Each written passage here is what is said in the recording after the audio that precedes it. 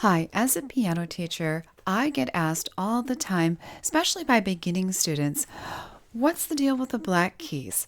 We spend a lot of time in the beginning learning the names of the white keys, right? If I flip over here where you can see, I've got A, B, C, D, E, F, G. And when you're first starting out, it seems like you spend a lot of time on those things, which totally makes sense. But at some point, we must get to those black keys, right? Okay, so that's what I'm going to talk about in this video. What is the deal with sharps and flats? How does this all work? So, we have the white keys, which are basically letter names, right? Like I just talked about, A, B, C, D, E, F, G. White keys are what we call naturals, and more about that in a little bit.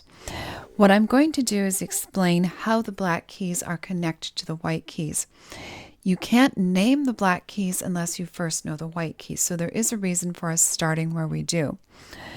Let's talk about the idea of a half step. First of all, a half step just means going from one key to the very next key. Now that could be from a white key to a black key, could be from a black key to a white key, or it could be white to white. What I'm not doing is skipping a key in between. We can also have something called a whole step, where I would go from, let's say, black key to black key, and then I would skip this white key in between here. Or I would go white to white and skip this black key. That's a whole step. We're not talking about those today. What we want to focus in on is the idea of a half step. A half step alters the pitch slightly, and that's the idea we're going to be focusing on.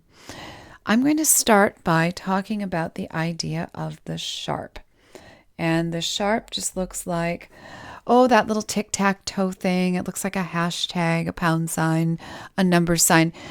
This little sign has so many different uses, but in music, it is referred to as a sharp. And a sharp raises a note by a half step. It raises the pitch. So let's say that I've got C right here. C sharp, I'm going to go a half step higher. On the piano, going higher means moving to the right. So C sharp is this key. Or D sharp would be this key. F sharp, G sharp, A sharp. Okay, there are 5 of the sharps, but there are actually 2 more, right? Because what about this key? This is B. Well, there is B sharp, but it's not what you expect. B sharp is not a black key. B sharp, actually, is the next key higher, right? It's a half step higher. That's our definition of a sharp. Sometimes we call this key C. Sometimes we call it B sharp. Oh, did I just blow your mind? Okay, what we're going to find out is that every key on the piano actually has more than one name.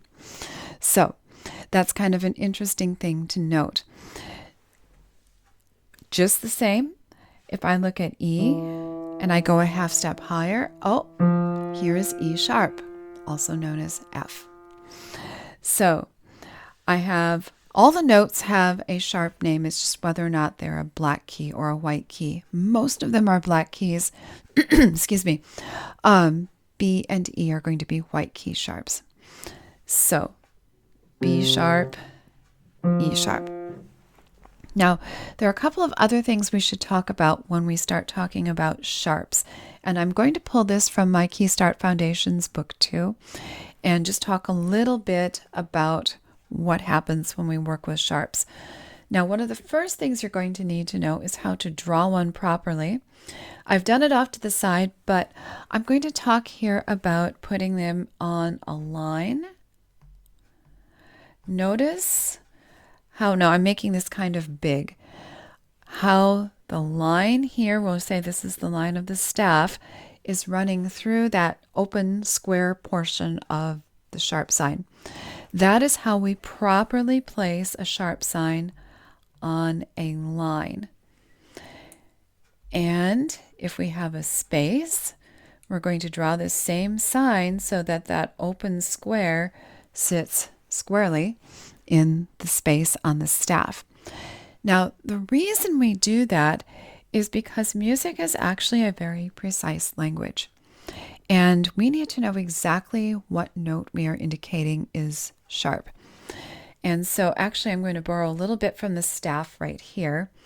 And just let's say for a moment that I have a chord, which would mean I'm stacking several notes on top of each other.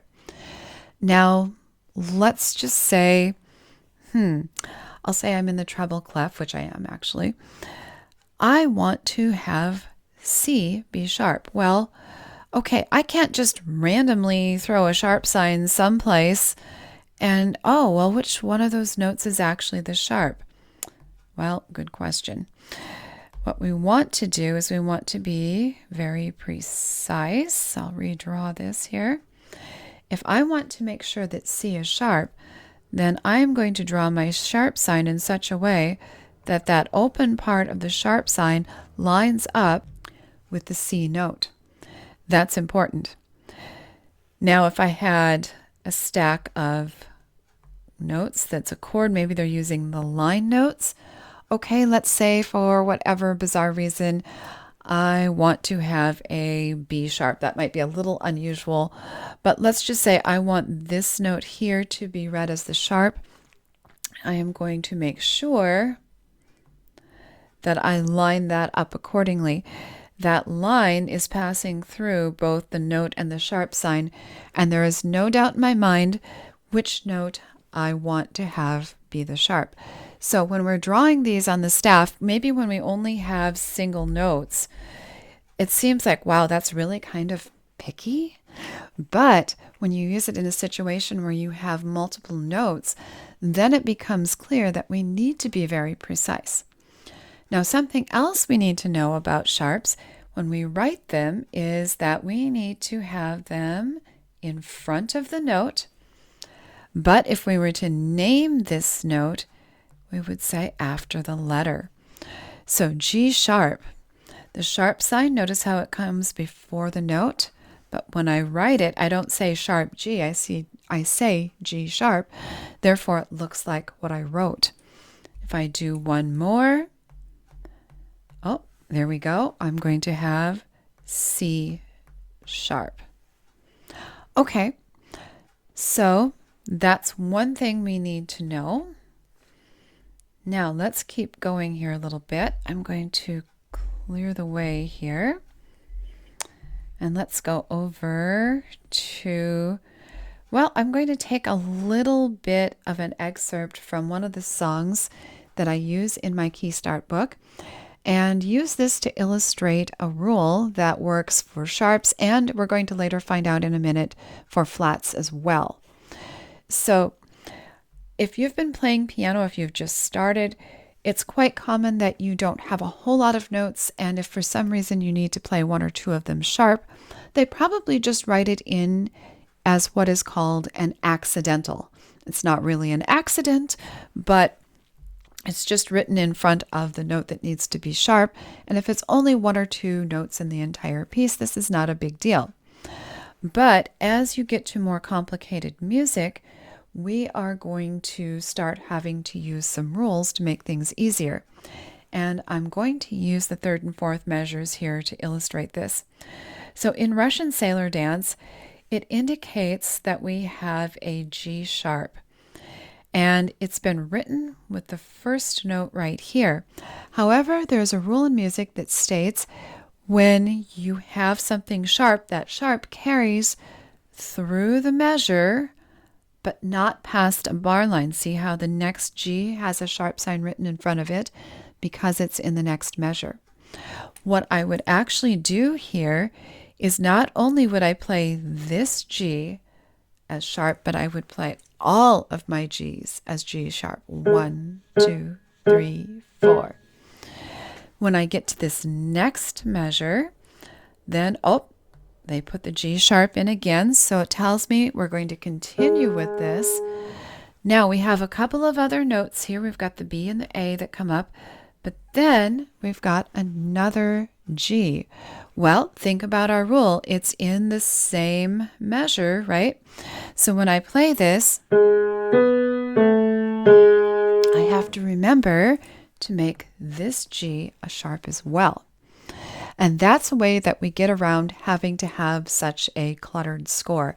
If I had to write a sharp sign in front of every single G, you could quickly see how this would fill up and just make things far more complicated than they ever need to be.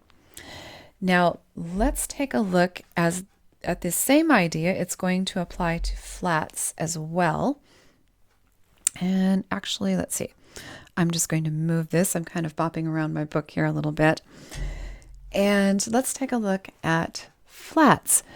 Now, just like we had to line up sharp signs, the flat sign looks like this sort of smushed lowercase b. I don't know if I'm doing the best job here because I'm writing with the stylus, but if I do this, you can see how that open part of the B has the line running through it. If I go to write it in a space on the staff, same thing. I just need to make sure that I line these up properly. And just like sharps, flats are going to work basically the same way when we see them on the staff. However, before I go too far into that, let's take a look at the piano keyboard, because flats are also black keys. So remember how we talked about a sharp raising a tone or a pitch by a half step. Now with a flat, I am going to lower a pitch by the half step.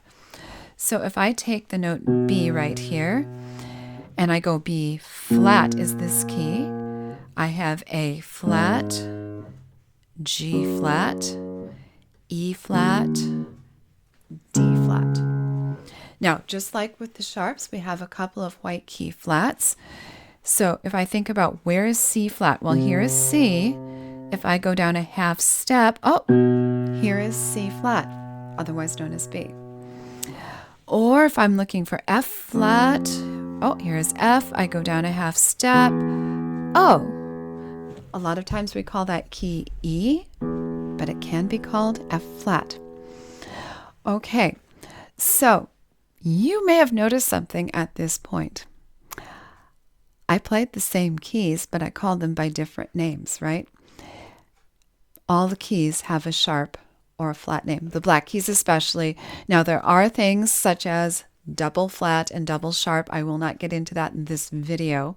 Just know that they exist and that every key on the piano has more than one name. The fact that I can call, well, let's pick one that's not quite so low. Let's take this key right here. I can call this F sharp because it is a half step up from F, but I can also call it G flat because it is a half step down from G.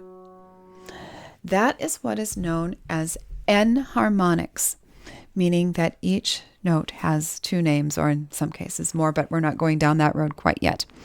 So just like we did when we were naming the flat, or the sharps, excuse me, we can go ahead and draw our flat sign in. Let's see. Oh, there we go. We just have to get the annotate feature working. Okay. We're going to draw in the flat sign. It comes ahead of the note, just like we did with the sharp. And I can name this as G flat. Or if I do another one over here, here is my C flat, and so on. What we're doing is we're lining the flat up with the note, whether it's a line or a space, and then we're naming it according to the way we would say it, G flat, C flat. The same rule applies. If something is flat, it is flat for the duration of that measure, and then it has to be rewritten again in the next measure. Let's see if we can find a good example of that. Well, actually, I'm going to use this example right here. This comes from the song Little Brook in my book, and I'm going to look at measures 6 and 7. Now, we've already talked about the idea of sharp or flat carrying over into another measure. And I want to look at it here in the case of the tie. What we have here is we have B flat that's written in as an accidental, but then these two B's are tied together. Now, yes, this B right here is technically in a different measure, but because of the tie right here, there is no need to write the flat sign in. This note is simply carried over as B flat. I would play 1, 2, 3, 4, 1, 2, 3, and continue to hold that flat sign over. So, I don't know if that has cleared up all of your questions about the black keys, but I hope that has given you some insight into sharps and flats and the fact that the keys actually have more than one name, a concept known as enharmonics. That should maybe unravel some of the mystery around the piano. If you would like to know more, I have a free beginner course, which you can click down below. And I have courses extending up through several levels beyond that if you would like to check those out.